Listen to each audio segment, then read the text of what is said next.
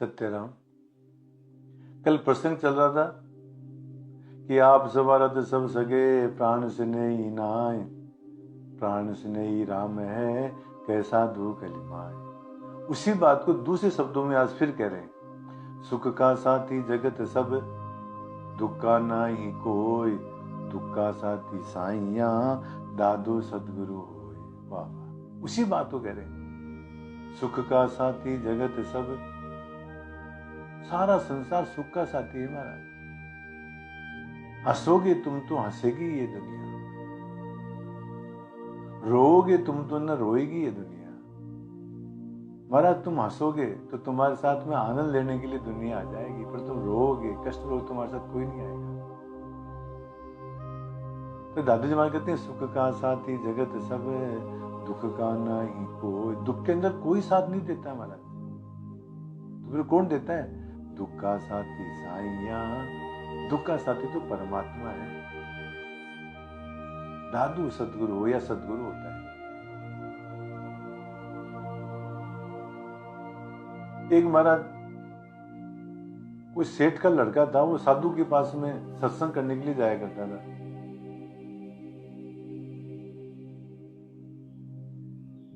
तो वो कहता कि महाराज मेरे को घर वाले बहुत प्यार करते हैं, पत्नी बहुत प्यार करती है, माँ बाप बहुत प्यार करते हैं। साधु ने कहा कि भाई देखो ये तो सब फालतू की बातें हैं। सुख का साथी जगत सब, दुख का नहीं कोई। जब तक तुम्हारे से स्वार्थ सिद्ध हो रहा है तब तक तुम्हारे को चाहते हैं। जिस दिन तुम्हारा स्वार्थ खत्म हो जाएगा उस दिन कोई नहीं चाहेगा महाराज। ये जो आदमी जो रोते हैं ना मरने के बाद, पता है क्यों रोते हैं? अपने स्वार्थ के लिए रोते हैं। वो मर गया उसके लिए नहीं सोते हैं, उनका स्वार्थ खत्म हो गया महाराज, इसलिए। लड़के ने कहा कि महाराज ये बात मैं नहीं मानता हूं। उसने कहा कि प्रयोग करो।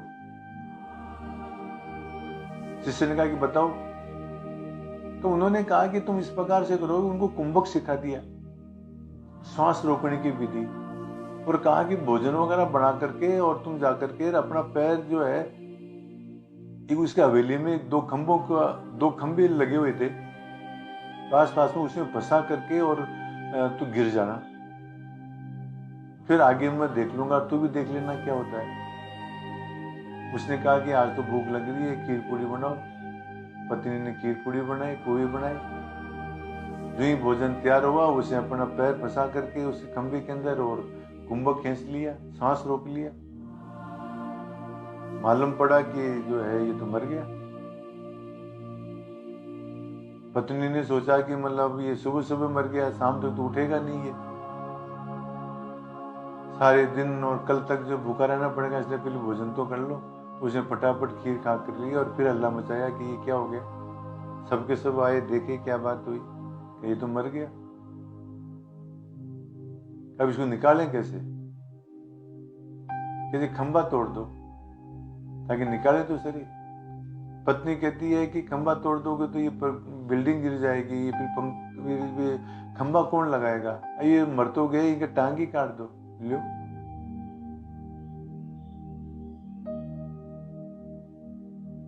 किसी तरह से पैर को निकाला। डॉक्टर वैद्यों को बुलाया, कहा कि भाई ये तो मर तो गया, गर्म तो शरीर तो गर्म है, मतलब सांस तो नहीं आ रहा है। सारे उपाय कर लिए। अंत में किसी ने कहा कि उस महात्मा के पास जाया करता था, उसको बुलाओ, देखे क्या बात है।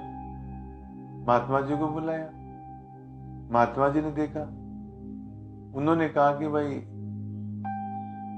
जीवित तो हो सकता है, एक उपाय है, इसके बदले में यदि कोई मरने के लिए तैयार हो जाए तो जीवित हो सकता है। तो सबने कहा, पत्नी ने कहा कि मैं मर जाऊंगी, पापा ने कहा कि मैं मर जाऊंगा, माँ ने कहा कि मैं मर जाऊंगी। उसने कहा बहुत अच्छी बात है कि गर्म दूध करो, इलायची लौंग डाल के लेके आओ, सुगंधित पदार्थ केसर वगैरह गर्म करके लेके आए कटोरे में।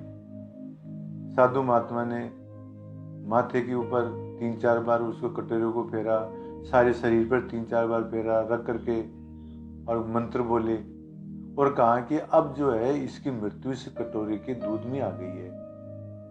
अब जो भी इस दूध को पिएगा वो तो मर जाएगा और ये जीवित हो जाएगा।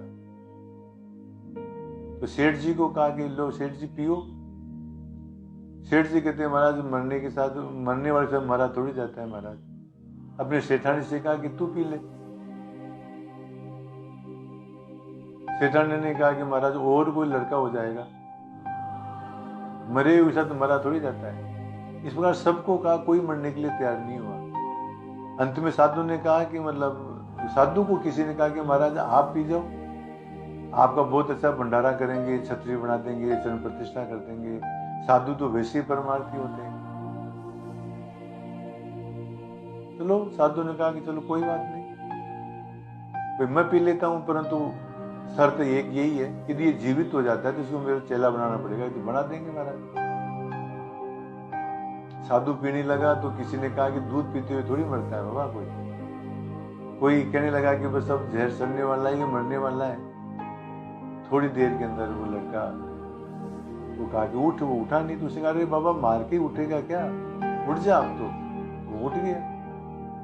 लड़के ने सारी बात देख ली कि जो कहते थे कि मतलब हम मर जाएंगे, कोई मरने के लिए तैयार नहीं हुआ महाराज।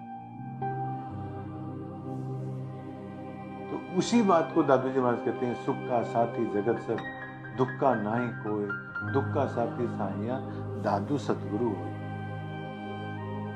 परशुराम जी महाराज हुए सलीमाबाद, वो कहते हैं स्वाद में सब कोई गणा सगा। जब उत्सव होता है, स्वाद होता है, तो सब कुछ सगे बन जाता है। दूना दूना प्यार, सब दूने दूने प्यार करने लगते हैं। दुख पड़े जब परशुराम, और जब दुख पड़ता है तो परा सर्ग के आया, तो सब परे सर्ग जाते हैं महाराज। इसलिए परमात्मा का भजन करना चाहिए और इस मोह माया के चक्कर में